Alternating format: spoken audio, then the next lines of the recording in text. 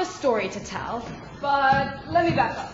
I always said I would never do anything like this, because anything I could possibly say about my identity, I don't really have to say on stage. Just in sharing this, there's so much anxiety in needing to get it right. As a preface, my life is good. At least, that's what I tell myself. Though it does not seem to make much of a difference. Deep down, I stay trapped in my mind about how I feel. I can't stop thinking and fearing. And I have to work so hard to stop thinking about it. It's fine. Until you realize... how bad things could get. Last semester, I experienced what I could only call a nervous breakdown. Where are you supposed to turn to when you're facing a reality you're not sure many have experienced? You've got to understand how excruciating this is. I want to talk about this openly on campus. But what would people say? I can't tell y'all how much it stings to have your home community reject you. Could I feel comfortable telling my friends knowing there's a chance it could ruin some relationships? I don't want to let them in that this hurts me. Who are you to let them?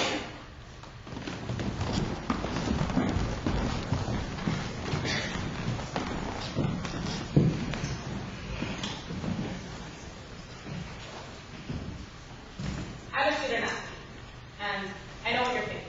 Oh, we get it. You play a sport. You have a fancy backpack, and you strut around campus with your AirPods in. You're only here to play sports and look cool doing it.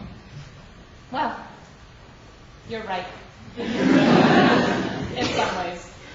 I did get to come to Duke because of the sport that I play. I do wear the backpack I was given by my team, and occasionally I wear the AirPods my parents gave me for Christmas. But where you're wrong is the part about my sole reason for existence on Duke campus being to play a sport. I study very hard, and know that my work in my sport will not exist after my 4 years at Duke. While my sport did bring me here, it will also stay here when I leave. So, in the meantime, I'm also learning a few things as a student athlete here on campus. Didn't mean to start off by reprimanding you. I just felt I should preface that while I may look like I have everything together, I really don't. Flash to me on the pool deck. I'm standing on the cold, wet tile. My bathing suit is pressed tightly to my skin. I can feel everywhere the fabric touches. The sharp dig of the straps into my shoulder blades, the slight bulge from where my hips seem to spill out of the fabric that sits on top of them. I stand with my arms around my midsection and can feel my lower belly protrude slightly outward. I suck in my stomach as best I can to try to appear thinner than I am. I adjust my suit repeatedly after each dive to make sure it's covering as much of my damp skin as possible. I tug and pull at the strap so the suit sits as good as I could hope on the top of my hips. I do not think about my dives. I hardly observe the people around me. All I can think about is how I look.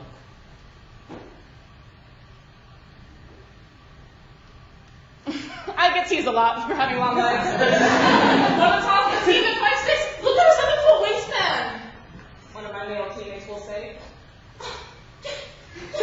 of course she can reach that, says another, egging him on. And the comments reoccur almost every day. I play along because they're my friends, and I don't want to let them in that this hurts me. I weigh myself every other day when I walk into the weight room. I wait until no one is around, so no one will see my number. I pull my shorts up over my lower stomach so they're up to my belly button, and this way they won't see my stomach lightly pressed against the bottom of my t-shirt. No one on my team talks about weight, but we all have concerns. We train almost entirely in the nude, so it can be hard not to compare yourself to others. We cut out saying the word skinny, and at least act like we're against body shaming, but the truth is we still do, and it's everywhere. On a team of swimmers, you can eat 5 meals a day and still maintain an exceptionally flat stomach and 8-pack abs. It's kind of hard not to notice that you're different. I do extra ab workouts, eat salad for dinner, get roughly 8 hours of sleep every night. but that has no bearing on my body. In my mind, I look overweight compared to the people I stand next to. I have different bulges, the others do not. My abs don't press through my suit like theirs do. When we go out on the weekends, everyone wears skin-tight everything. For the girls, it's pencil skirts, crop tops, skinny jeans, high heels. Every Saturday night, I figure I'll stick out like a sore thumb if I wear anything more conservative, but will I still have the same effect if I dress like that? The pressure to expose as much of your smooth skin or as many of your ripped abs is insurmountable, but I don't have either of those things. I stay trapped in my mind about how I feel. I stand with my arms on my hips or my hands pegging the bottom of my shirt. I just want to look like them. I want to be confident in my body and be able to flaunt who I am without fear. When I go home, I know that my old friends from high school will expect me to look strong and fit because I'm a college athlete now. Not to mention a Duke athlete. People have no idea how much pressure that title brings. Not even from an athletic performance standpoint. People expect you to look thin and fit because that's what people at the top of the sport look like. People expect you to have a perfect body, but the truth is that's absolutely not attainable. But since these expectations exist, it puts pressure on athletes to not only perform at the highest level, but also look the part. I look at cross-country runners and wonder why I don't look like them. I also train 20 hours a week and still don't have the ideal physique that social media and society makes you feel like you need to have. I am a decent athlete. But I struggle in more ways than everyone thinks. I do not have an eating disorder, but sometimes I have disordered eating as I struggle to live up to the physically fit person I'm supposed to be. I stress almost every minute of every day about the way I look because of the pressure that is put on Duke athletes to look perfect.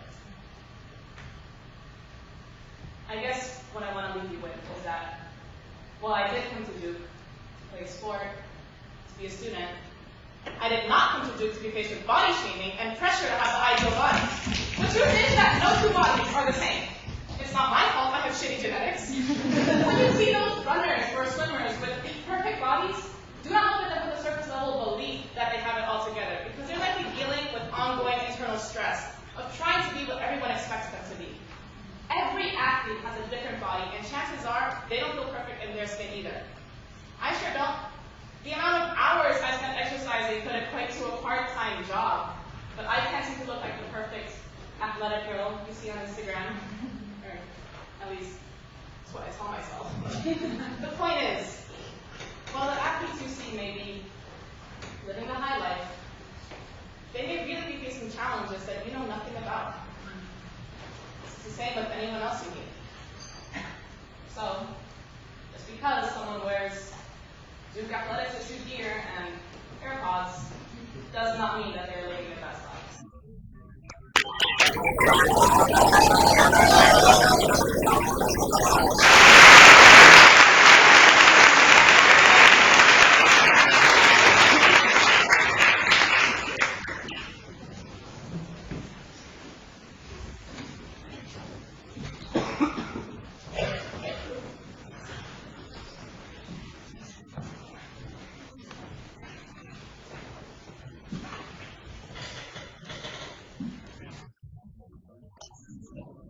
Years pass up, and whoever else is here. The first year of college is difficult for everyone in what you have gone through is something that no human should ever go through.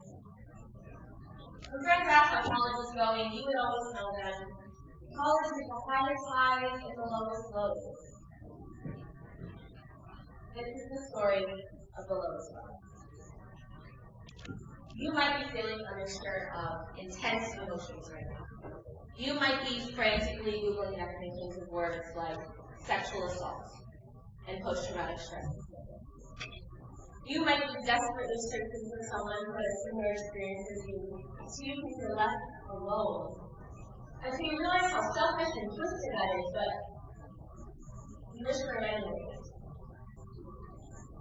Now it's a week shy, 2 years since the rape, and I dedicate this letter to my dad. What happened to me was both unique and common. On October 5th, 2017, the New York Times broke the story of how Harvey Weinstein harassed multitudes of women, opening the floodgates to the #MeToo movement. The next night, I was raped. The last thing I remember from that night was him coercing me into taking a 6th shot of pineapple vodka. In the wake of the rape, I thought of my life as a dichotomy. My life before the rape and my life after. Before, people would always characterize me as energetic and joyful. And one of my favorite compliments was, "You're always laughing." After, I stopped caring who saw me crying in public. Things I did that previously made me happy only made me feel numb and exhausted. I was afraid to fall asleep because of the nightmares that tormented my slumber. There are things that will always be triggers for me. White naked crew stop. The outfit of pants I was wearing that night. Old Spice sandal with yogurt.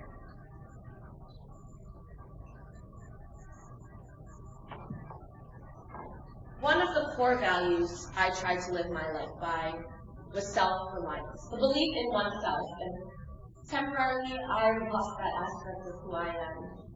I doubted every decision I made, and my sense of self was completely broken down. I've grown since then, and now I feel like I'm in more control, but still, my hometown, the setting of the rape, once a safe story of nostalgia, no longer feels safe to me. Fall break is always a difficult time. Last year on October 6th, I locked myself in my room and I refused to come out. This year I made plans to leave the country. It's times like these that I remind myself that growth is a cyclical process. My experience on campus as someone who has been raped has been difficult. On campus, I'm not explicitly involved in any student groups preventing gender violence, but not for a lack of trying. Once I went to meeting for one of these student groups, and naturally the first thing to do was introductions. Everyone said their name and the pantheonic sorority that they were with. When it got to me, I said only my name, and in that moment of silence where I should have said the sorority, I decided to never go to another meeting again. It was the first time I was truly understood why some people describe gender violence as a white, wealthy woman's violence. I feel comfortable saying those words because I know it's far from the truth, but I can see where it stems from. As an Asian American woman, I've come to recognize how all of my identities are intersected. How the way I was raised, my ethnic background and culture, and the communities I belong to all come together to make me who I am. I also realized that part of the aloneness I felt after the rape came from the isolation I felt from the Asian American community. I still have not met a single Asian identifying person who has experienced gender violence, even though I'm sure they are out there. I cried when I read the radio statement in the Washington Post. And I cried again when Mr. Mel Miller reveals her identity I've learned about heterosexual children and an Asian American woman. On the age of the 2-year mark, I'm still struggling. I've learned coping mechanisms, mostly good, some unhealthy. I'm able to articulate how I'm feeling. I learned to ask for help. And slowly, I built a support system. I have more good days than that. So, I'll leave you with my unsolicited advice and things I wish someone had told me.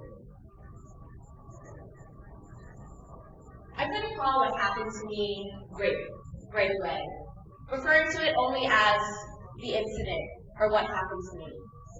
I still don't call myself a survivor. You don't need to define yourself as a victim, a survivor, or any other title. What you call yourself is up to you, and you have the power to decide. Only you know. It is your truth, your narrative, no one else, not the person who did it to you, not the title and purpose, or the protector of the people of your children, your close family friends, to tell you what your truth is. Being raped is not an identity, and it is not the only thing about you. You were strong, beautiful, and courageous, and you are still strong, beautiful, and courageous, none of which can be attributed because you were raped. You're not strong and courageous because somebody raped you. You always were strong and courageous before somebody raped you. There are different things that help different people through the healing process. But the 3 biggest things that help me for myself, therapy, and time. You are your biggest support system, but having a damn professional is important. Trust yourself and trust your therapist. Finally, here are 5 mantras that really resonate with me. I wrote them on my mirrors because sometimes it's easy to forget.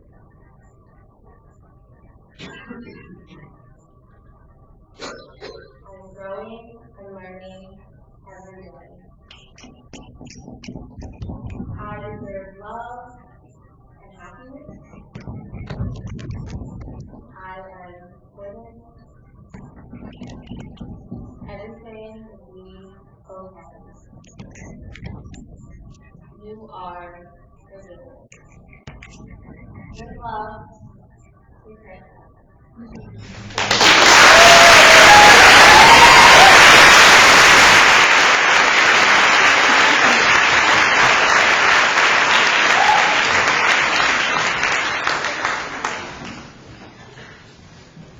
I'm a hillbilly, and no, I'm not the type to stroll up to Walmart in some oversized overalls, and I ain't never gone mudding or trucking or pumpkin chucking for that matter. I know just saying I'm a hillbilly fills y'all with some preconceived notions about myself, so let me tell you a little bit more about me. I'm white, but you probably already guessed that one. I'm first gen and way below Duke's average tax bracket, so not really diverting your expectations there either. I'm liberal, though I guess registering independent gives you the most freedoms anyway. I'm also gay, which has definitely made being a hillbilly a bit harder to reconcile with. And I actually normally don't talk with a southern accent unless I want to.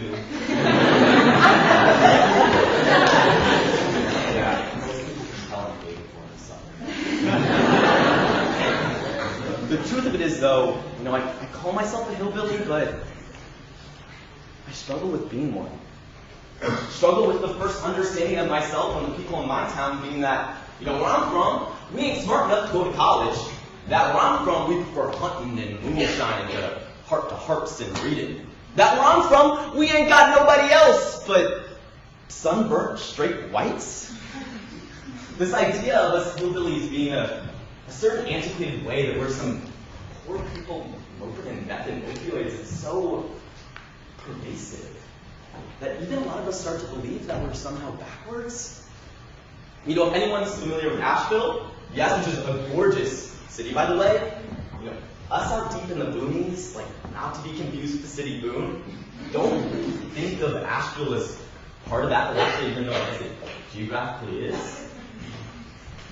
They're not hillbillies over yonder, they're just, well, granolas. And one of the main reasons they're not a part of us is just because of how gay they are. I can't count to y'all how many times I've been called faggot, fairy, and how much it hurts having your home community reject you, ostracize you for not fitting their own perverted definition of what it means to be Appalachian. You know, on the other hand, though, I've never been able to really fully connect with the LGBT community because growing up in the mountains, there aren't that many people that are technically out. But it's definitely more than you would think. It also doesn't help that my dad is like this splitting image of those bigots portrayed Taylor Swift who need to calm down. When in reality, you know, he sobbed, touching Love Simon and Call Me By Your Name. It just feels like the current narrative of the LGBT community erases folks from rural and low access areas. You know, folks who can't afford the metrosexual and fast bachelors. You know, in situations when people talk about Appalachia, I never know whether to advocate for a community so horribly misrepresented or critique the home that denied my gayness. You know, I want so desperately to do community development work back home, but, you know, why would I? When the financial security and suburban forests of Duke beckon me, you know, why would I? When I could have a better chance of escaping poverty away from Appalachia. Why would I go back to a town that I never knew whether I loved too much to leave or fear being trapped too much to stay? No, I can't just shove this part of me behind a closet. I can't stop thinking and fearing and just being so utterly confused by the amount of privilege I have being at Duke and how much responsibility that places on me to return to my home community and make a meaningful contribution. You know, just in sharing this, there's so much anxiety needing to get it right. That y'all leave here with a nuanced understanding of Appalachia. It honestly feels like I'm the only one talking about this massive issue of the current state and narrative of Appalachia being a poverty-ridden tumor of the states when, you know, in reality there's so much potential for it to be a leader of sustainable energies or environmental stewardship. Being Appalachian, being of the mountains, is to be told how you are by the city folk whose only visit to the mountains was to tour out state or vacation in the pretty parts of the mountains that we can't even afford to live in. Our mountains have been exoticized by people who don't know shit for years. Industrialized, clean cut for its resources, and the people's labor commercialized and capitalized. And what do we have now? Lots of black lung, mountain dew mountain unemployment. But what we do have, that the media often likes to forget, is an undying resilience, a way of life, a beautiful blend of folk and indigenous and southern cultures, one that comes with great traditions like the Apple Festival, but also the historical trauma of exploitation and resulting distrust. So yes, I'm a hillbilly, a gay, low-class, introspective hillbilly. And I just hope y'all know now that we exist and thrive in places like these too.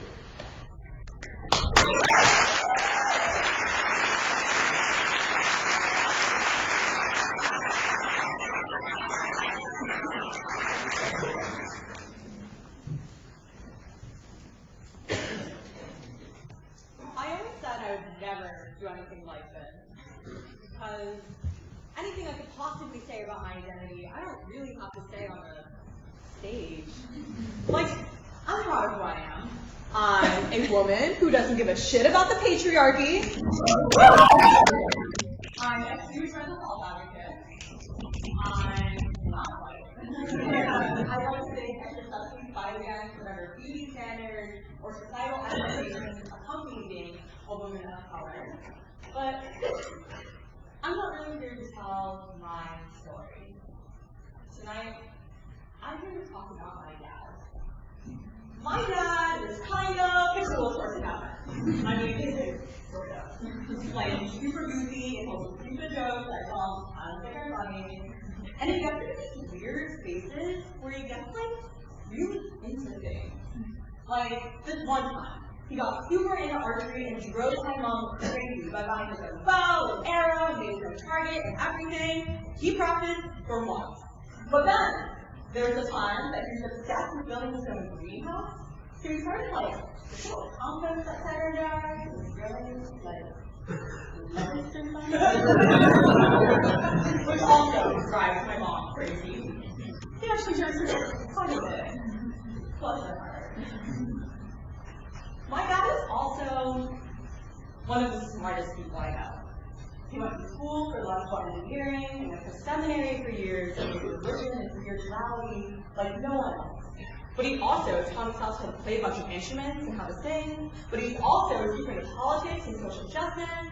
But he also fills his whiteboard in his office and scribbles a physics equation that even the most qualified track star would scratch their heads at.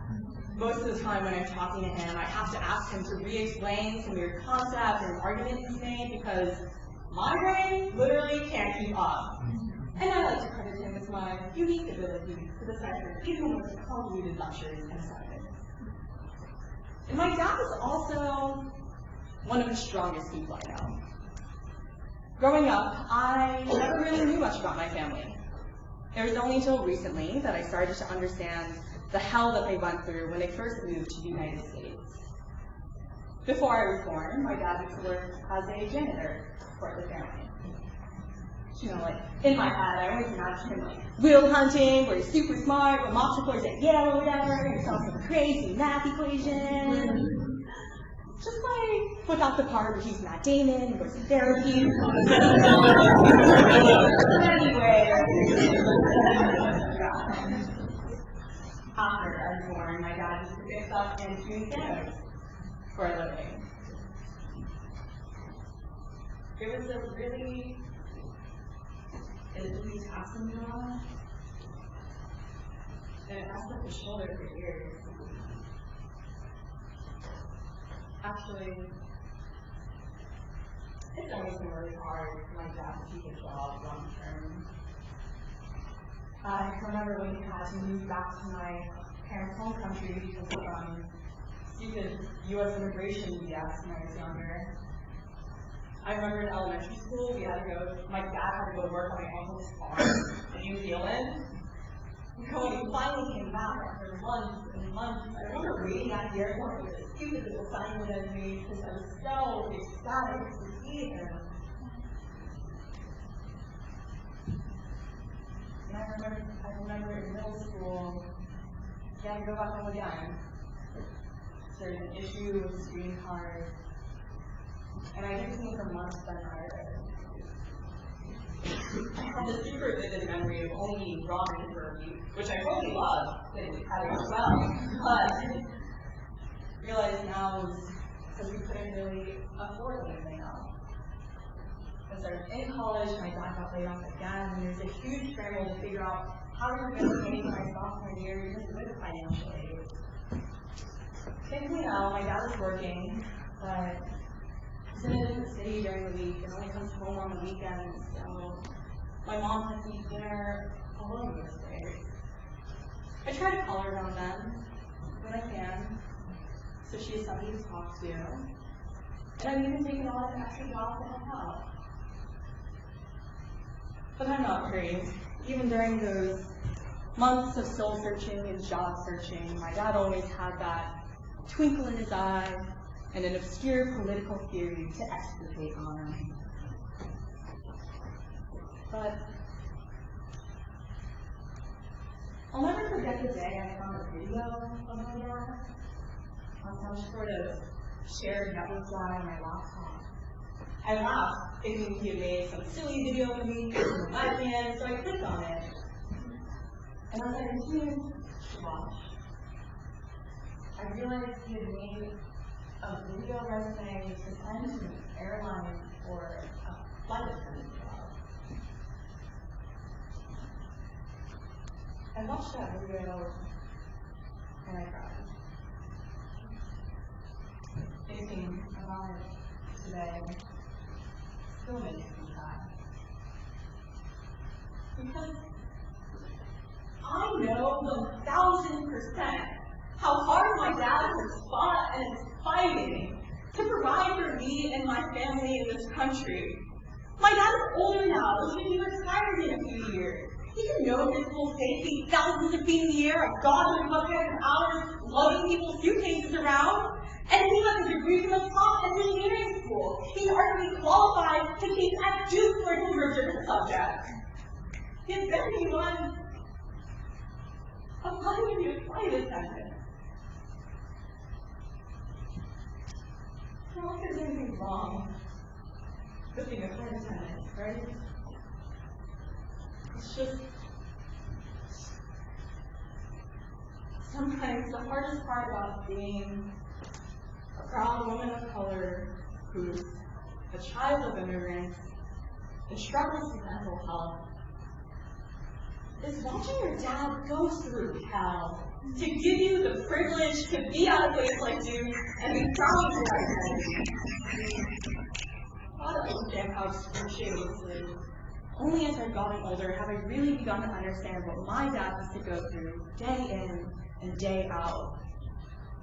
But my dad isn't some poor immigrant who needs some big politician to come and save him. Don't get me wrong, the U.S. government has a lot of work to do when it comes to fixing the immigration system. But my dad is still the coolest, smartest, strongest person I know. He's willing to do anything and everything for the people he treasures most. I think, even though I highly doubt that this is my way of saying thank you. And to let the world know that I love my dad very, very, very much. And that I admire him for everything he's done for me. And that I promise that I will do everything I can to do anything and everything for the people I treasure most. Like my dad. I promise.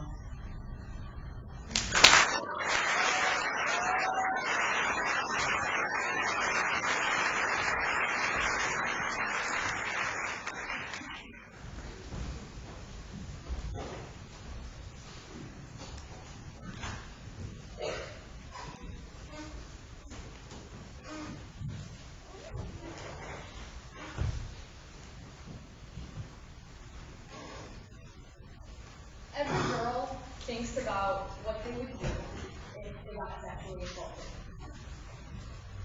Who would they tell? Would they report? Would they take the semester off? Would they ever feel comfortable at it again?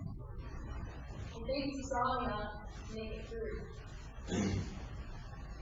And then, when it does happen, the woods turn to shoulds. Should I have fought back? Should I have been more forceful with my no? Should I have gone home in the first place? Should I report? Should I tell my friends? Should I tell my parents?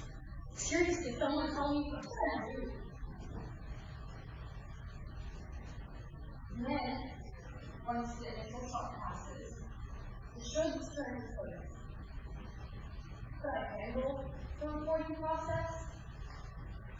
Could I feel comfortable telling my friends knowing there's a chance it could ruin some relationships? Could I keep my grades up? Could I keep it all together? And then, at least in my case, the only question I have left, the thing I think about all day, every day, is if I can't win, who can? I did everything right. Tell someone.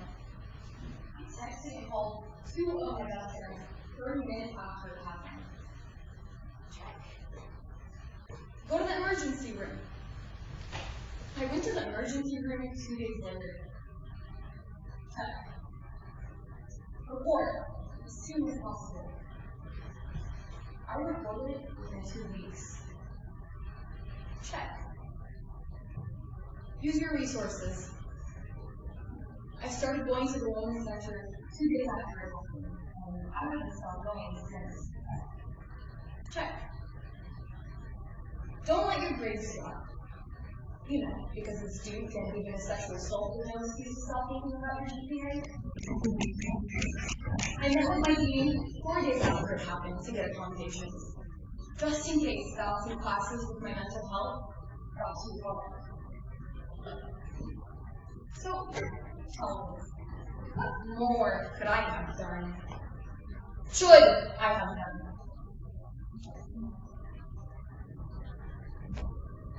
Call it my blind trust in authority figures or my self-righteous, this is how change is made mentality. I was an oath I promised myself if it ever happened, I would report it. But then the wood was so good, and I remember sitting in friends' apartments and crying. Just crying a lot. It was the first time I decided to use the word sexual assault. Soon after, I referred to it as a rape.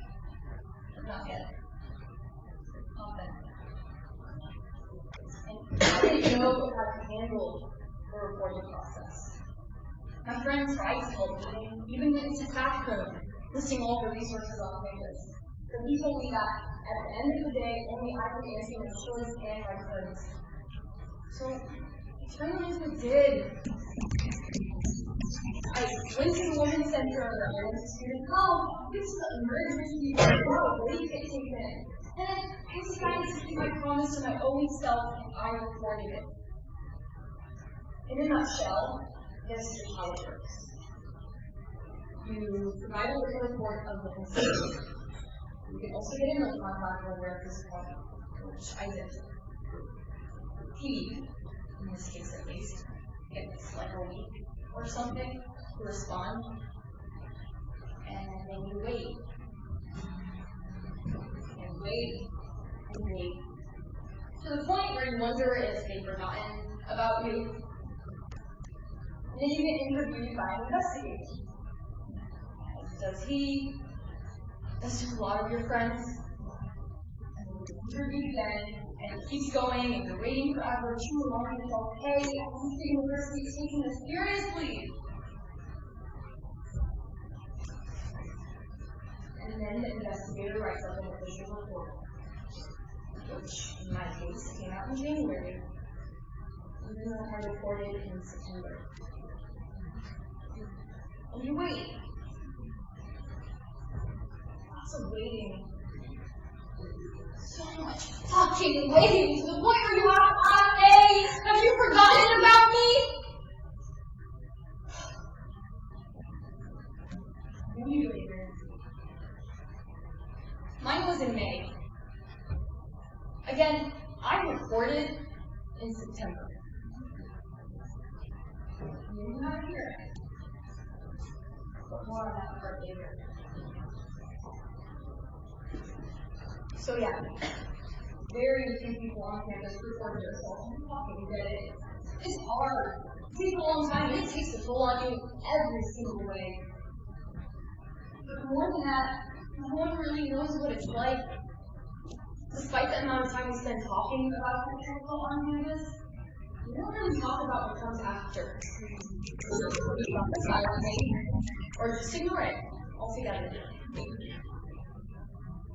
So here it goes. I've always been an anxious person, but I've never known anxiety the way I do now. Pulling my chest, fighting every time when screaming is attacked because that means there's a better chance that I'll run into him. The way I constantly think about how quickly I'd be able to get off of the bus if he were to suddenly get on. The way I stare a little too long when guys walk by because I'm trying to make sure that they're not him. The way I spend all of my time with purpose because it seems like we're supposed to know. Looking it, I stay beating it. And I expected the PTSD, I expected the nightmares, I expected the murders. What I didn't expect was that it would become the only thing I think about. Even now, a year later, I have to work so hard to stop thinking about it. Except sometimes it takes so much effort to fight it off and have something happen. Playing that night over. And I constantly felt, and sometimes still feel like a burden. A burden to my roommates who have seen me struggle with it in out. A burden to my professors who I constantly had to ask for accommodation. And most importantly, a burden to my friends. Even when they assured me that they were there for me and I reflected and I knew that they meant it and that was worth the ends of the earth for me, I still couldn't help but wonder if it was out of obligation. Through it all, I kept reminding myself, I'm one of the lucky ones. None of my friends have stopped being my friends because of this. The administration is taking me seriously. I have access to so many resources. I finally got myself to the point where I felt like something good would come out of this. Then came the day of the hearing. Wearing my black dress and black heels, I kept thinking about how I looked like I was going to a funeral. Today, I spent 9 hours in a room with 3 staff members, a divider, and him. I couldn't see him, and he couldn't see me. But I could hear his voice, and I could feel his presence. I told the panelists my truth.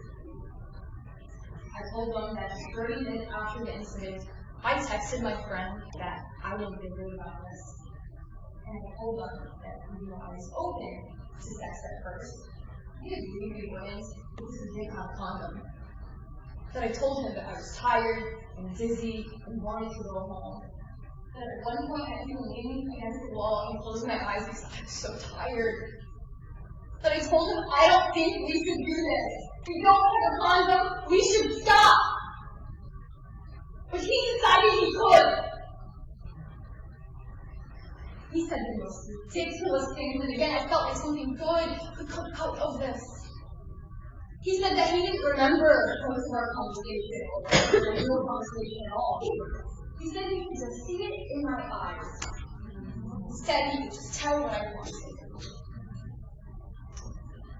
After the hearing, I felt good. Because I had text messages and a hospital report and witnesses from before and after. I felt good. And then came more waiting. It took a week to get the decision, and another to get the election. I would, and I should, could, and I did. But it wasn't enough. It was found not responsible. And it eats away every single day. Some small part of me always wonders, does some part of someone at Duke think that the text I sent the hospital before I gave my recounts and retellings, my answers to their questions, only up? Or was it because he didn't ask me? And well, we all know how that goes. And what's worse is that I put myself through this. This is how change is made. But what if this made no difference at all? What if instead of stopping him from doing this again, this just reaffirmed his convictions in himself and his actions? What if this made it worse? I haven't come to terms with all this yet, and I don't know if I ever will. But what I do know is that I would, and I should, could, and I did. And I want to believe that we'll do it all again, because I really, really want to believe that this is how change is made. All I can think is I can't win. Who can?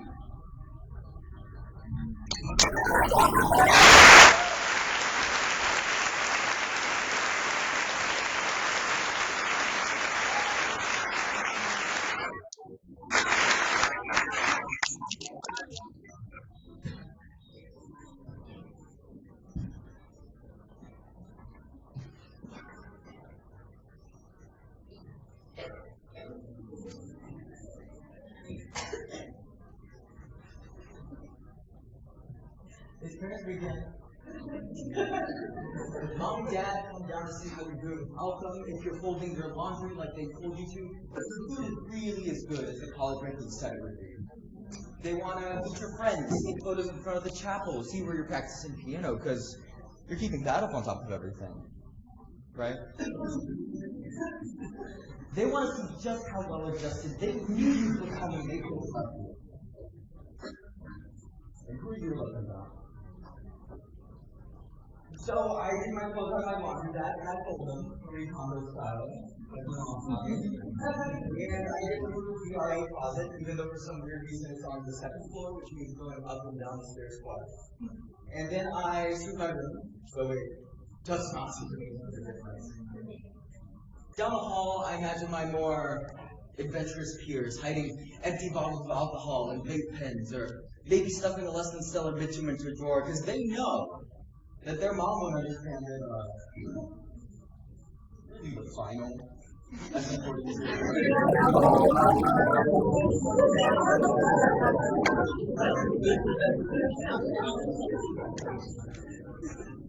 I will be doing some very practical, but even with the bottles to the start, I have some things to highlight.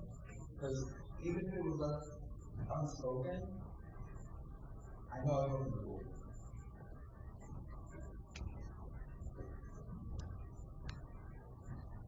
I yank my rainbow-colored flag out of my bedpost and leave it furled up on the back end of my plastic turquoise vest from Target, covered up by a cardboard box of mascara.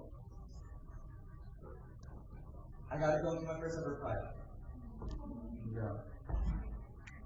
I can't get one of the big ones like they have at CSPD because something that big is hard to hide, but my little one provides a I keep the rainbow stickers I got in the red folder shoved in my desk because I'm only out at school, and stickers aren't really hard to find. So I leave the stickers on those shiny backings because my stickers need to remain on the side. Next go my photos. Polaroids from your camera, pictures of us together going on dates, acting like a couple because that's what we are. They get tucked into the folder, alongside drawings on the ugly sticky notes that you make, stress, and the poem you wrote for me, and the letter you sent me.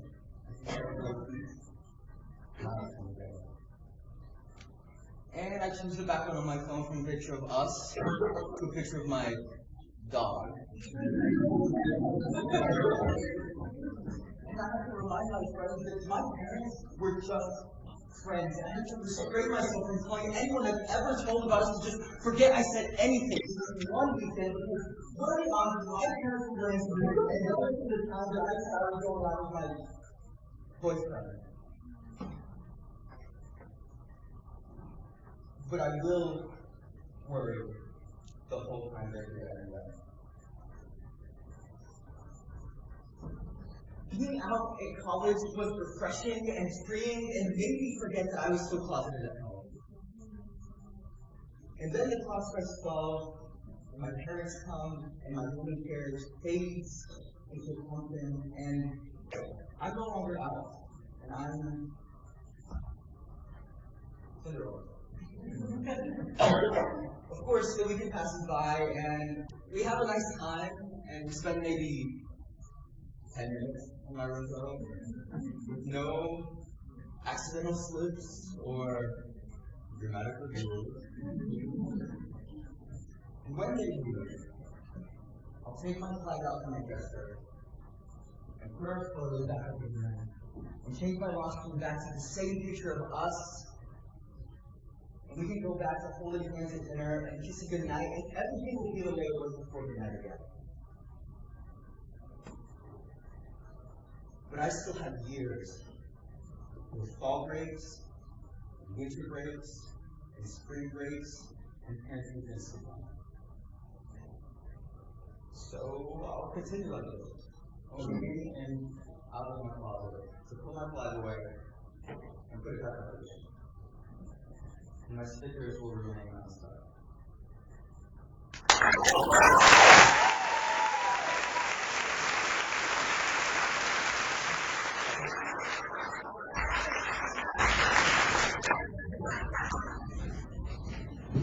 I have a story to tell, but it's not exactly an appropriate topic of conversation for the dinner table, that is.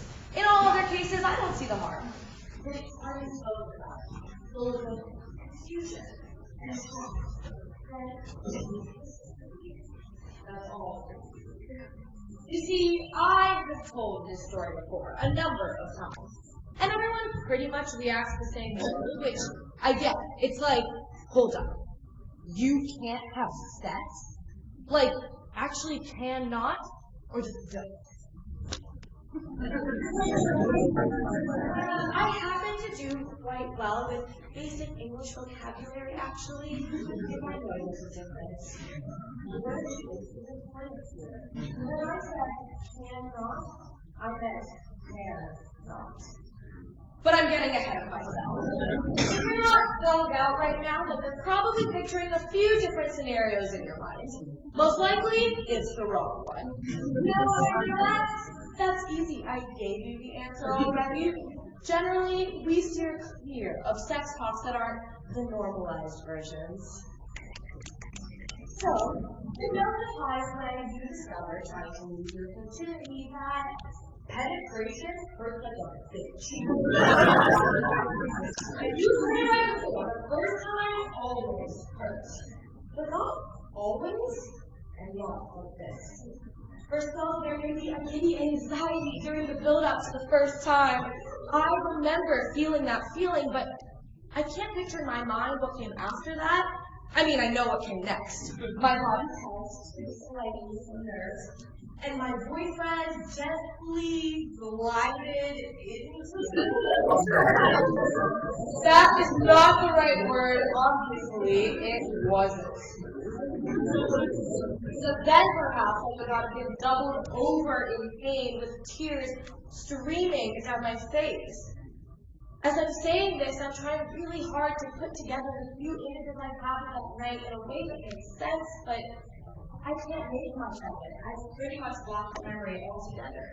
My body could not handle what was supposed to be a beautiful, natural thing. I could not handle what was supposed to be a beautiful, natural thing. It was so damn infuriating and confusing and lonely. Most of us here consider ourselves sex positive, so we do talk about sex.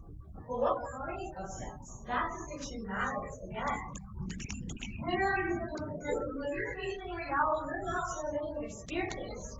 It's impossible to not feel isolated when all the sex conversations around you don't include your story, your frustration, your anger. But I don't. So, what happens next? Surgery. Duh. The better way to do that.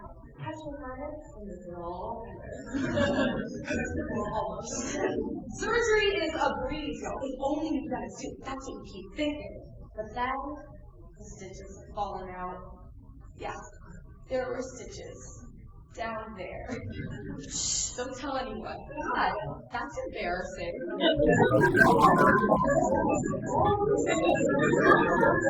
So now, ladies and gentlemen, the moment you've all been waiting for, it's time to have sex!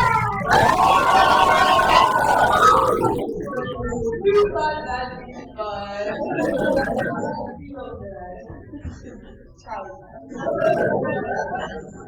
Definitely not too bad, but not not the way it looks in the movies. You know, the slow, romanticized, almost supernatural way in which the bodies move into each other. Yeah, fast forward another year, try again. Nope, not good. Here's another doctor. Get a second opinion. Prescription? Dildo! Correct, that term is dilated fixation. Is everyone feeling a little hot right now? If you feel uncomfortable on your own, hang on, we're not at the end. You can do conversation for the sake of hoping it's less awkward the next time. Don't just say you're sex positive, actually embrace it. Open up and ask questions. Tell the story that aren't being told. Laugh. Sorry for the lesson interlude. Back to the good stuff. You don't use the dildo? That makes me feel weird. I mean, no one you know has ever mentioned using it habitually or for a purpose beyond fun experimentation. At least that's what they say, but it's hard to know when you're not having truly authentic conversations about sex. Now it's summertime. You've been seeing a therapist because talking does help, believe it or not, folks. And you decide it's time to raise that pink, plastic, cute thing you've been hiding in the back of your desk drawer. You do as the doctor recommended. You think about things that are pleasurable. You relax. You, ready for this? Masturbate. With the dildo on the You give yourself the time and space to work on this problem that is completely fixable and completely normal. Just because we don't talk about it doesn't mean it's not happening. It doesn't mean comfort in silence. We're alone. One more thing, and then you can forget about me and my story forever. Or don't, that's up to you. You must be wondering, did it work? It was painless. It wasn't sex. I envy you.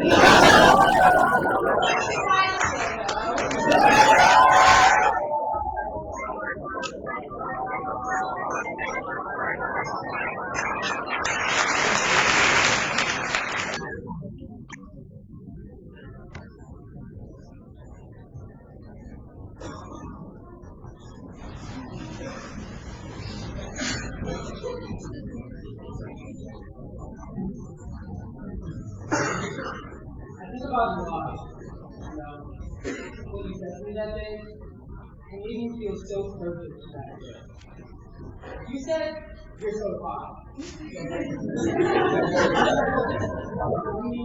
You said, you're so smart. You said, you're so cool. You said.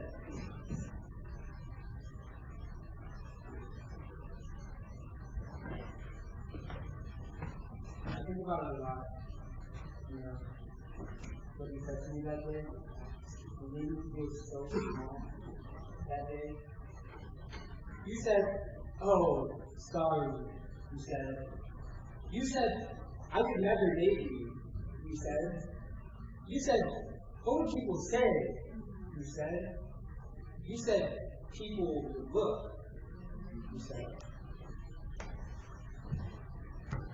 I think about it a lot, what you said to me that day, it made me feel so relieved. You said, I like you too. You said I can't stop thinking about you. You said I'm falling for you. You said, will you go out with me? You said. I think about it a lot. What you said to me that day, you made me feel less than that day. You said, not the type I usually go for. You said, it's okay. You said, for you, I'll make an exception. You said, you can thank me with a kiss. You said. I think about it a lot. What you said to me that day, you made me feel so special that day. You said I've never met a boy like you before. You said you're so different. You said I'm doing good things. You said you're gonna do anything better. You said. I think about it a lot. What you said to me that day, you were so effective that day. You said you're not like the rest of them. You said the rest of them are so. You said you're the only dateable one. You said you're basically like us. You said. I think about it a lot. You know, when you said to me that day, you were so desired that day. You said you sound crazy. You said you're so sexy. You said I want you. You said I need you. You said I think about it a lot. You know, what you said to me that day, it made me feel so huge that day. You said I've never been to before. You said I've heard things. You said, is it true? You said, want to listen? You said, think about it a lot. What I should have said to you that day, how I protected you with my silence that day. I should have told you that people would look because they were wondering how someone like you and someone like me, they were saying how fortunate you are. I should have told you I'm not out here. I should have told you I am not one of your exceptions.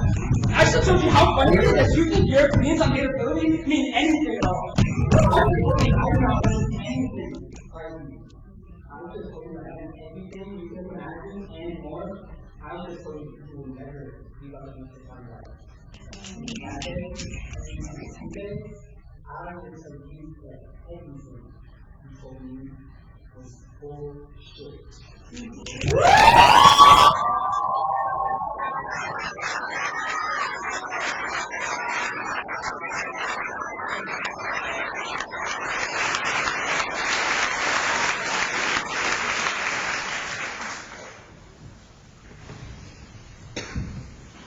The new Chevy Tahoe with the power and space to take daddy issues everywhere you go!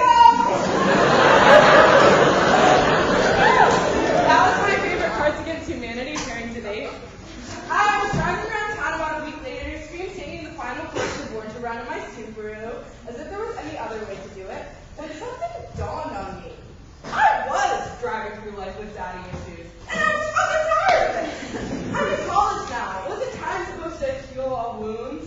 And if time failed, wasn't a decade of therapy supposed to bring me closure and peace? Also, isn't making light of past trauma like trendy on Twitter now? All jokes aside, since I've gone to Duke, struggling to find closure over my dad's absence has been a process. To make a lifelong story short, my father suffers from bipolar disorder, but he made the choice decades ago to never medicate. His reality is so disoriented, he doesn't believe he's sick at all, but that we abandoned him. Aside from the time he crashed my high school graduation, we haven't been in contact for over 8 years. In that time, I grew up. For a brief period, around 6th and 7th grade, I thought the worst was over and the wounds of my past had healed. But then my sister was diagnosed with the same illness at 19, and suddenly I became the older sister. I watched the trials and tribulations once before I knew how the story went. I witnessed firsthand how bad things could get. Despite all your best efforts, you lose the person.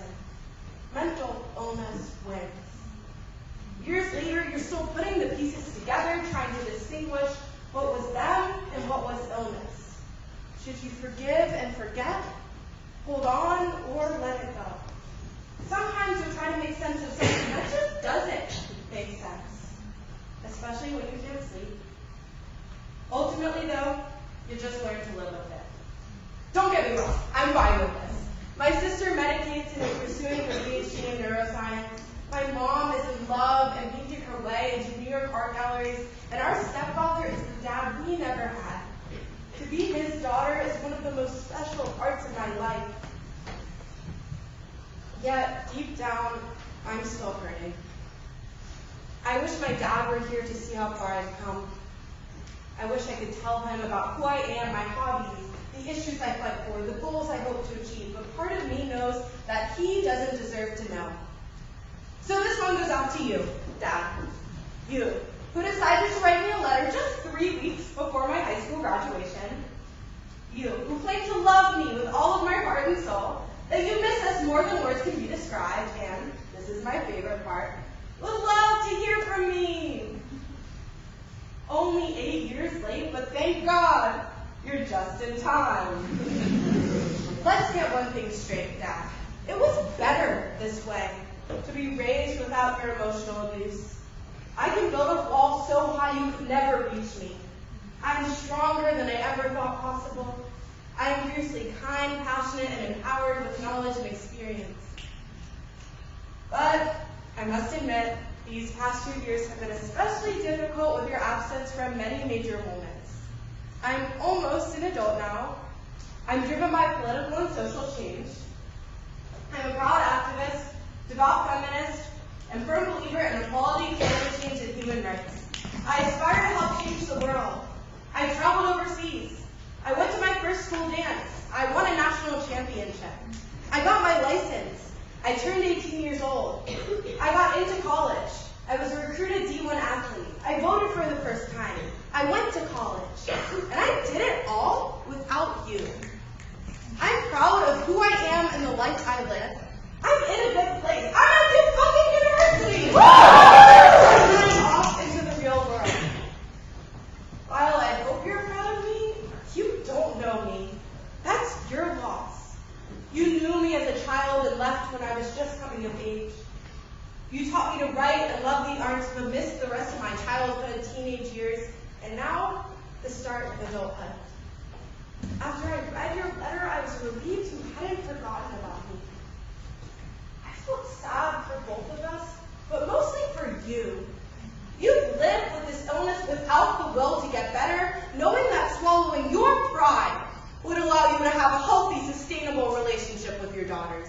Of course I feel angry. I resent you. You show no remorse for anything you've ever done. I felt psychologically terrorized by you. But let me be clear. Your illness was not the only reason why you were not a good father. You've always been a coward and twisted, malignant narcissist, and you've never changed. I resent the abuse you've inflicted, the mark you left on my sister and the childhood you stole from me. The trauma is still a part of me. It's etched in my scars, entrenched in my memories, personified in my being. You'll never know what it's like to live with the guilt of having your sister inherit different disorders and make it out clean yourself. You just don't know. Maybe one day you'll wake up and defy the grips of your own illness. Maybe you'll come back to reality. Maybe that person's gone. No one forced you to choose yourself. You could have chosen us. You had chances to seek the treatment you needed to get well. You could have sought it. Sorry you have to live with the consequences of doing neither. I also want to forgive you, only because it might set me free. I want you to get well. I want to surrender and accept that you won't. Maybe it takes years to see what you have gained before you can let go of what you have lost, because there has not been a day that I haven't mourned what could have been. I'll remember blasting rock and roll in the car, singing our hearts out to Born to Run or Glory Days, and having barbecues in the backyard. These days, I can listen to Bruce Springsteen, play Scrabble, watch The Twilight Zone. I can eat a fucking Reese's cup without thinking of who you used to be. I actively work to keep myself in a place where I can recall memories and have them be fond and separate from your own memories. It probably sounds willfully ignorant, but it eases the pain. But I also think of you when my sister's stable and realize you don't even know what that word means. I think of you when I see her get better and remember you're too lost in your world to do the same. I think of you when I hold her in my arms and plead for her not to kill herself. We spent our summer on suicide watch, and yet you suffer nothing from her daily battle against the horrors of an illness you passed on to her. It's fucking unfair.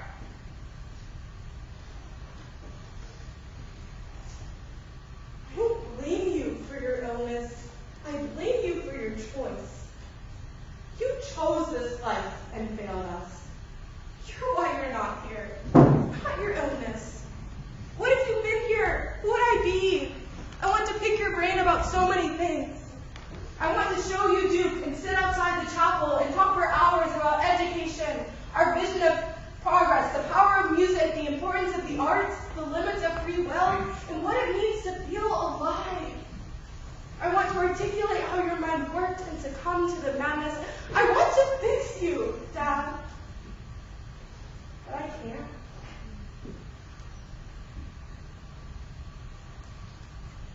What is closure? How do I find it? The past is the past, and it is what helps us get through the now to open up to the future. To use your words, there is a light at the end of the tunnel. When I get there, you won't be able to hurt me anymore. Sometimes I feel like I'm the only one still mourning, but for the first time in months, I am hopeful. In so many ways, what moves me toward the light is the practice of being grateful for what I do have. Here's the thing. I'm never going to get closure. The kind I want doesn't exist, so I reinvented my own. I now realize you left me with the greatest gift of all, something I can treasure for the rest of my life. Me. You left me with me. Learning to see myself as the solution and not the problem has taught me that I can be my own hero. Those of us who have been through hell and back can lift others as we rise and have it be our way of healing ourselves. Thank you for leaving me with the best parts of you to find in myself. They're always with me. I'm reminded of them every time I look in the mirror and see you in my reflection. Those parts, the intellect, the creativity, the humor, the passion for life, they will all live on through me. It is a responsibility I am proud to take on. For those of us who have ever suffered, we can move forward. The ability to grow through what we go through is our superpower. The lessons of our past are also our superpowers. The depth, empathy, and the resilience my tragedy and experiences have given me are my superpowers. The ability to turn our loss into our gain is our superpower, and from that we get to rise. So, God, I will let go of the things you did, but never the person you once were. Fragments of you will remain frozen in time. You will live on through us. Today, I am a work in progress, but slowly I too will rise. It is from teaching ourselves to accept and feel that we begin to feel the air beneath our feet. The truth is, you are missing. You are missing from my past, you are missing from my present, and you will always be missing from my future. Future, if you're listening, try me.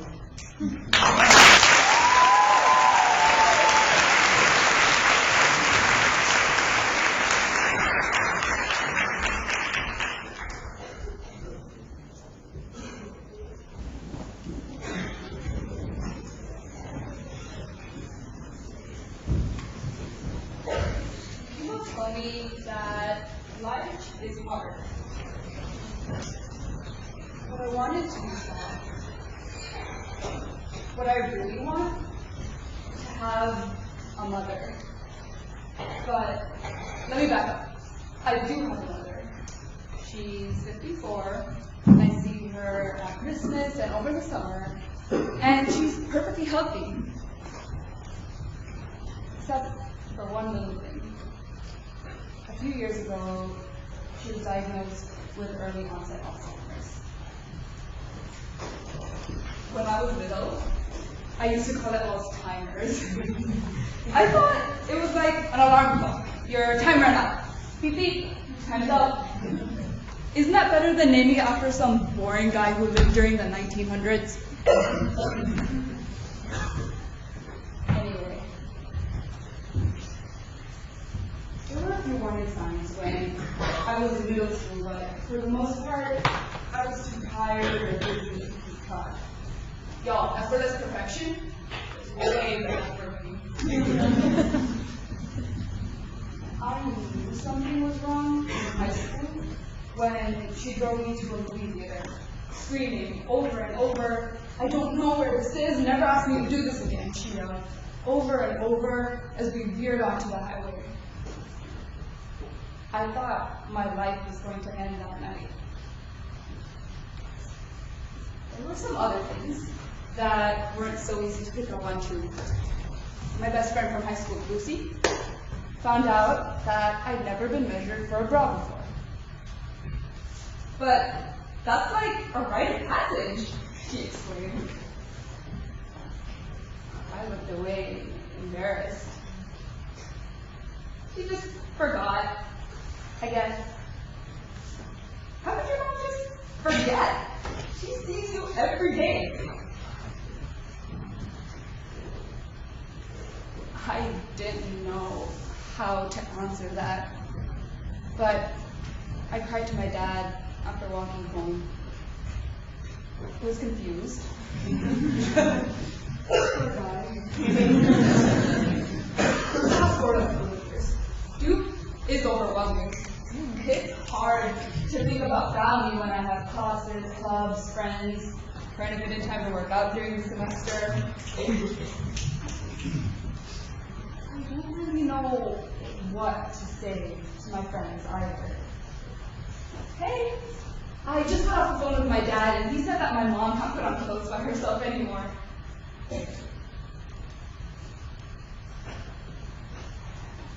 When people ask, "How are you?" "Okay," is the most negative response that's socially acceptable. I'm tired of repeating this story stone faced to cats. Diseases like Alzheimer's don't get better because there isn't a cure. I can never say that my mother is recovering. Her doing well means that she's not getting worse. Grief isn't something that 20-year-old college students are equipped to face. Especially not when it stretches over months and years, when it's long-distance grieving, when it's not something that has the potential to improve. We like quick cure stories. The plot of fairy tales. Person beats evil, person wins, person lives happily ever after. I want that story. But I and a lot of other people don't get to tell that story. I'm grieving over all of the Mother's Days. The fact that my mother doesn't remember my high school graduation. The fact that she won't remember my college graduation. She barely remembers my name. Everyone knows someone who's grieving. Duke, let's do better. There isn't always an easy cure. This story isn't going to bring money or fame to you. It won't make the front page of the New York Times. But this everyday experience of grief is part of who we are. I want to talk about this openly on campus, not just in a claustrophobic room at CAPS. Life is hard. I want it to be soft.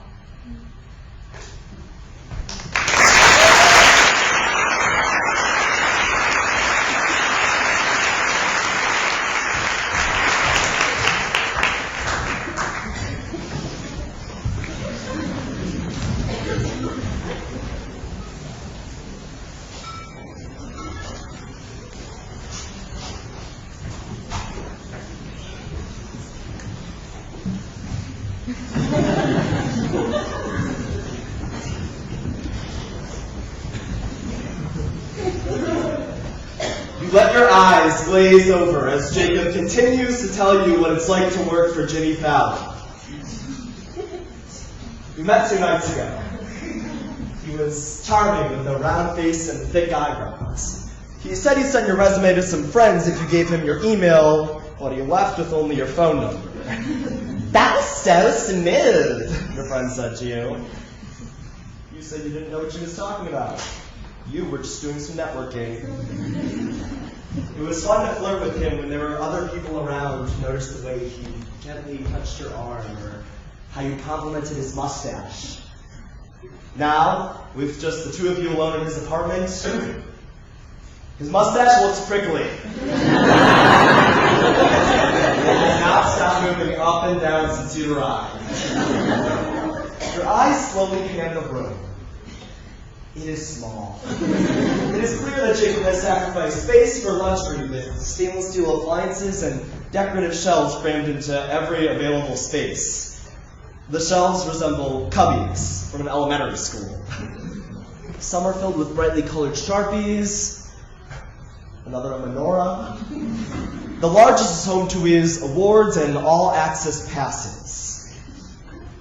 Did you see my Emmy? He asks for the 3rd time. I won it while working at Good Morning America. The Emmy is a sheet of printer paper that says something about Best Morning Talk Show. You could have created something more convincing at home. So, do you have any favorite shows? He asks, not because he's interested in hearing your answer, but because he needs a moment to catch his breath. He's talking so much he's broken out into sweat. You tell him your favorite show, and he scoffs. Ugh! The women who created that show are total bitches. I took pictures of them for a magazine once. If you knew them in real life, you'd hate the show. Your eyes narrow and you cross your arms. You realize his face isn't round. It's pudgy. His eyebrows aren't thick, they're unkempt. You look back to the cubbies to see if there's anything you could use to shave them off, but the only thing he doesn't seem to own is a razor. Smell this, he says, handing you something. Like, you aren't often asked to smell things unless they smell particularly bad. Is handing you a pink bear, which you recognize as the villain from Toy Story 3? A choice that surprisingly makes a lot of sense. You take the bear and you sniff it.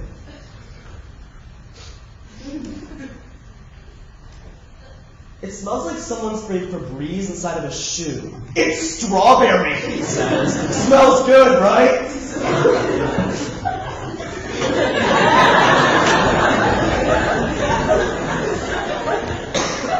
You blink. He smiles. You nod your head yes and toss the bear back to him. You must think I'm so weird for having a Disney stuffed animal, he says, snuggling the bear.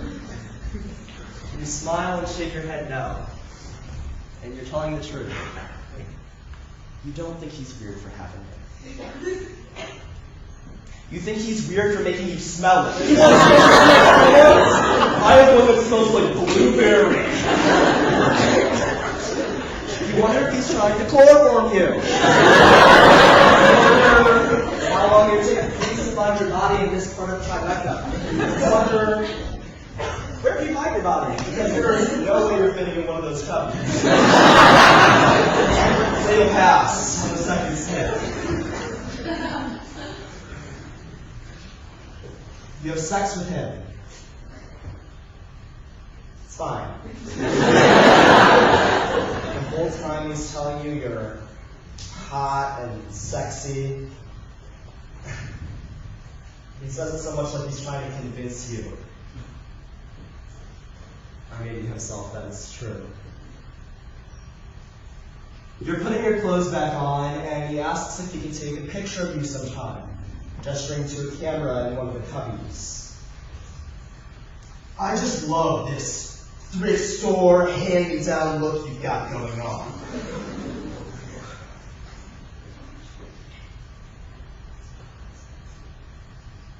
You're wearing the nicest clothes you brought with you to New York. You'd save for a month to afford your jeans. You look down at your underwear in your hands. They're your best pair. And you hardly ever wear them because you don't want them to get worn out.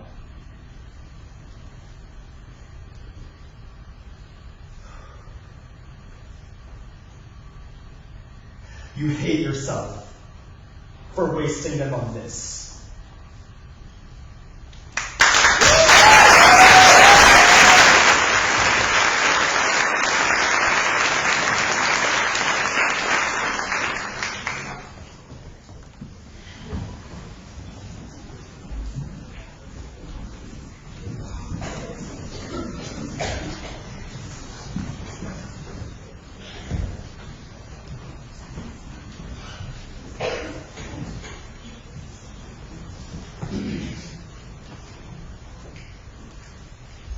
When I think bipolar, I think about what you see on TV. I think about the highest highs and the lowest lows. Someone going from having the best ideas and feeling so much motivation in life to not being able to get out of bed, disappointing everyone around them. When I think bipolar, I think two extremes spread out over months. I think someone who isn't able to function, someone who must have to be on meds in order to go through life. When I think bipolar, I don't think me. As a preface, my life is good. I have the usual amount of college drama and stress, but for the first time in my life, nothing more. My friends are great.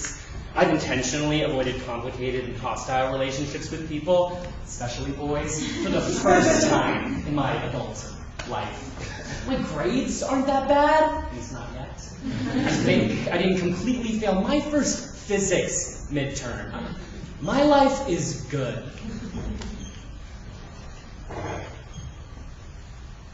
But my head is not. Honestly, it never has been. There's always been something there, some anxiety, some depressive episodes. But then again, my life has never been objectively good, at least not the way it is now.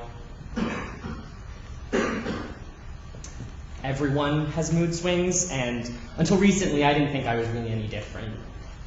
I've always had something external to blame for my mood swings. Not eating right, not sleeping, being overcommitted, not having close friends.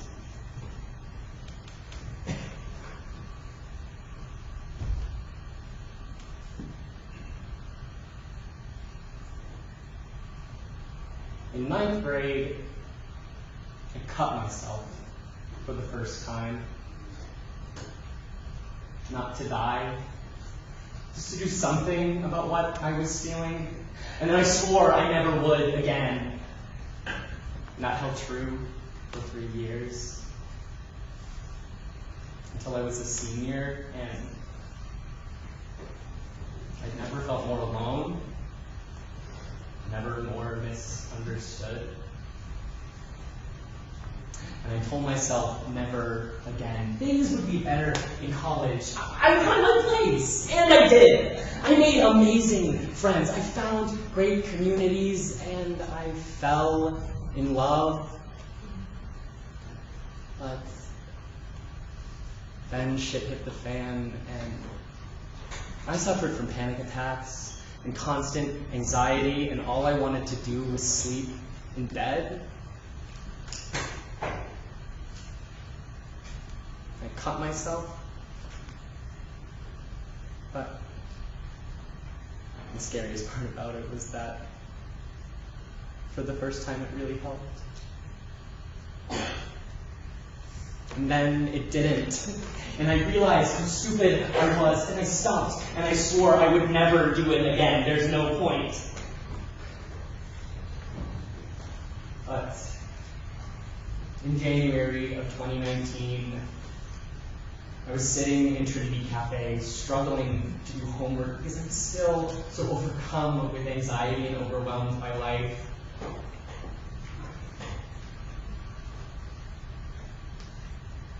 I thought to myself, if I'm going to kill myself, I need to do it now. Because the longer I wait, the more people I meet and grow close to, the more people I hurt. And there's only one alternative, and it's sucking it up and being happy. And so that's what I did, because I never seriously considered suicide as an option. And a switch was flipped. I was happy again, and I was content. I thought I finally secured myself and my place in this world. I thought I had this epiphany, and I would never want to die again. Well, that would have been nice. Towards the end of spring semester, after another rough set of classes and boy drama, things changed again. I couldn't eat, I couldn't focus, I couldn't get myself out of bed to study for a physics final that I was destined to fail.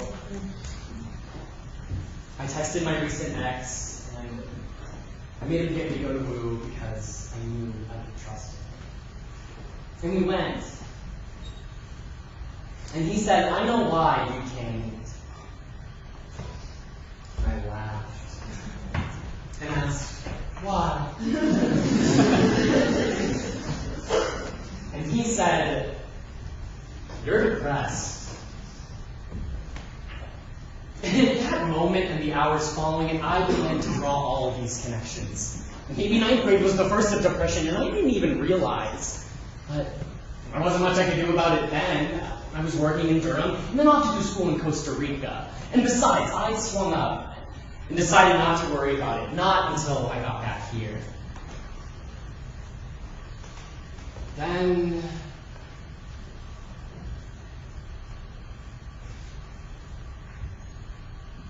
in Costa Rica, there were 3 consecutive Mondays where all I could think about was how much I wanted to die. I left the classroom to go cry in the bathroom. I went to my home state as soon as I could just to lay in bed.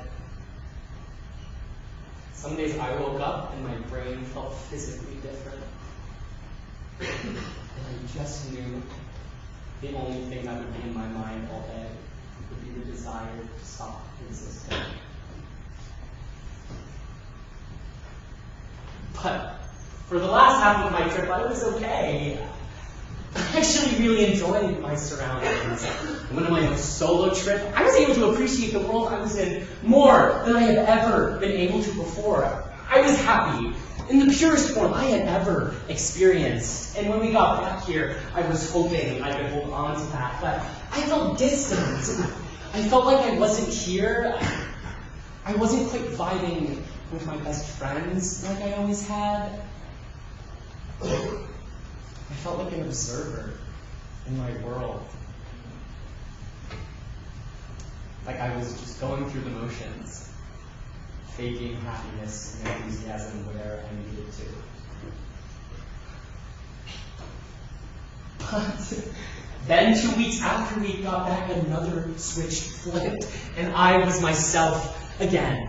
And I thought, yes, it was just the readjustment. Coming back to school, finding my place again, everything is okay now. I'm here.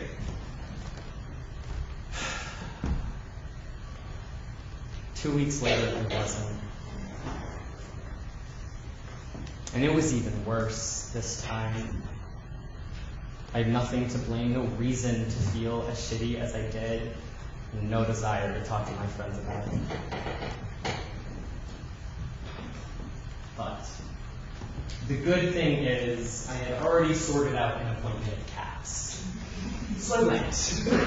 And I explained everything, and I hoped to God the therapist wouldn't blame my feelings on readjustment or past boy drama. And she didn't. Instead, she said I might be bipolar. I might be. Not a diagnosis, but a possibility. Part of me was relieved. I wasn't just me. The way I felt for years and this semester isn't totally normal. And there is something wrong with me. But the other part was terrified. Because what the hell do I do now? And I made it through that week, and most of the next, being distant, going through the motions. And one weekend I just couldn't anymore. I cried. And I texted my friend, telling him I wanted to cut myself. I told him because I knew if I did tell someone that I wouldn't, and I didn't.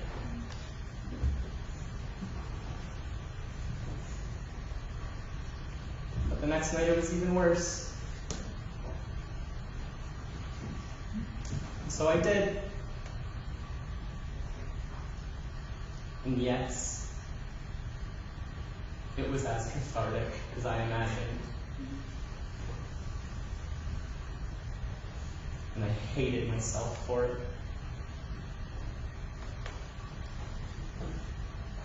And the next night I felt helpless. And I didn't know what to do. And so I was going to get out of bed, cut myself, and do homework until the sun came up. But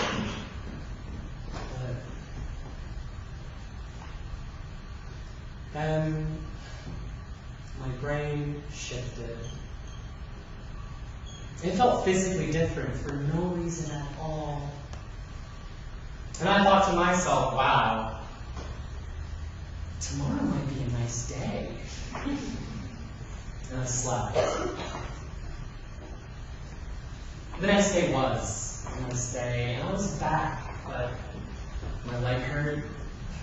As a reminder of how I felt, and how I hurt myself again, like so many times before.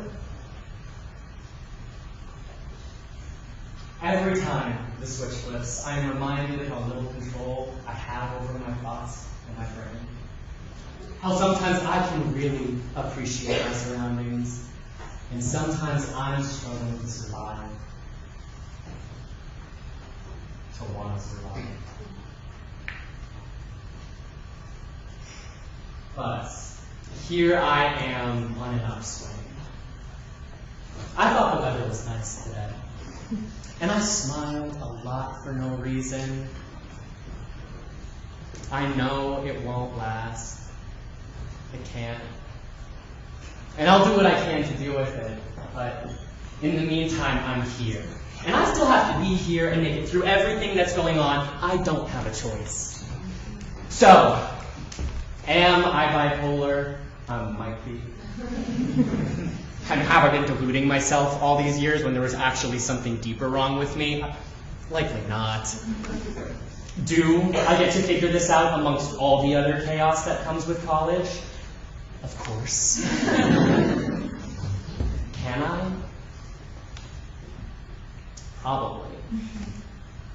At least that's how it feels right now, on this upswing. But time doesn't stop for anyone, and I just hope that tomorrow I can appreciate the weather. Because that's how I know I'm really here. And that's when I want to be here to stay.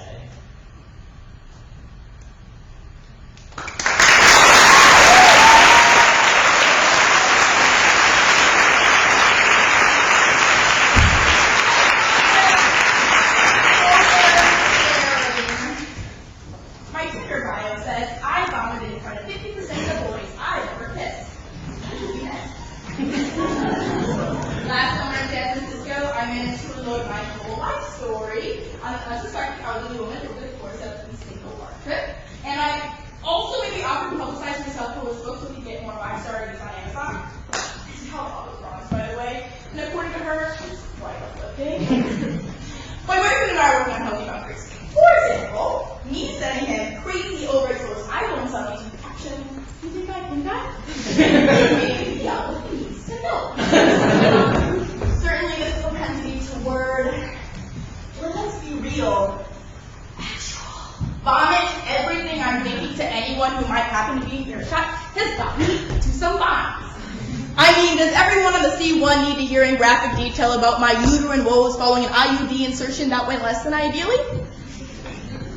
Probably not. And do my friends necessarily feel comfortable having everything they tell me be publicized in that very moment?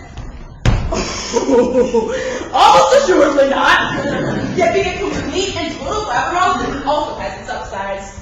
My friends never wonder if I'm secretly mad at them because I'm incapable of being secretly anything. I can make fun of anyone anywhere. Just last month, I had a 3-hour conversation with my brother's ex-girlfriend's brother. And I like to think that I made up for the fact that he brutally dumped her the day after prom. I have approximately -0 shame, so I can think of any embarrassing or otherwise uncomfortable experience as a great story rather than a disaster even before it's over. One of my favorite sayings is, good memories don't have to be good at the time. Even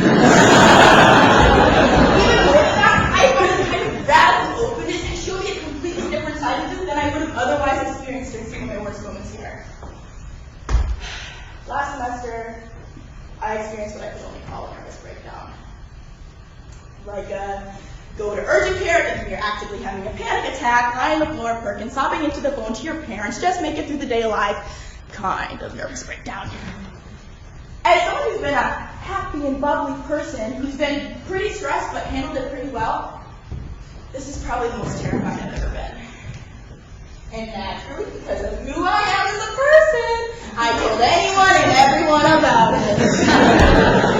I Facebook messaged a friend from my freshman year dorm who I had had more than a passing conversation with in over a year, asking if she would come sit with me during a particularly bad attack.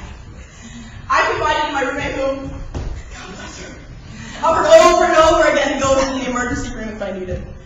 I slept in my best friend's bed on West Campus when I couldn't make it back to Central, and she came in every 15 minutes to assuage my fears that no one would be around to resuscitate me if I went into cardiac arrest. On a campus where people constantly talk about people being too busy to really help each other out, I never had someone refuse to drop everything to come help me when I let them know I was in need. While I wouldn't necessarily advocate for telling your brother that your best friend who's met him one time has a crush on him, and thereby making the inevitable graduation meeting extremely uncomfortable, I would say that you can honestly use a little more honest communication. I feel like we all want to help each other out, but the truth is, nobody can give you the support that you need unless you let them know what's going on in your life. So share away! And if you meet me on the C1, I would love to hear about your most recent breakup, or whatever class you were in your life at the time, or even your potential case of guy.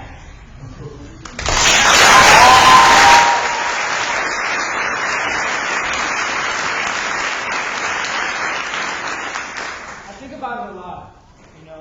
Mama, we're all really too busy to connect with each other. We suffer silently or just ignore it altogether. It honestly feels like I'm the only one talking about this massive issue. Just because we don't talk about it doesn't mean it's not happening. It doesn't mean you need to suffer in silence or alone. So, I'll leave you with my unsolicited advice. Let's do better. I feel like we all want to help each other out. But the truth is, Nobody can give you the support that you need unless you let them know what's going on in your life. You might be feeling a mixture of intense emotions right now. Give yourself the time and space to work on this problem that is completely normal and completely fixable. For those of us who have ever suffered, we can move forward. In the meantime, I'm here. So I'll continue like this. You're telling the truth. Everything will be okay. I promise.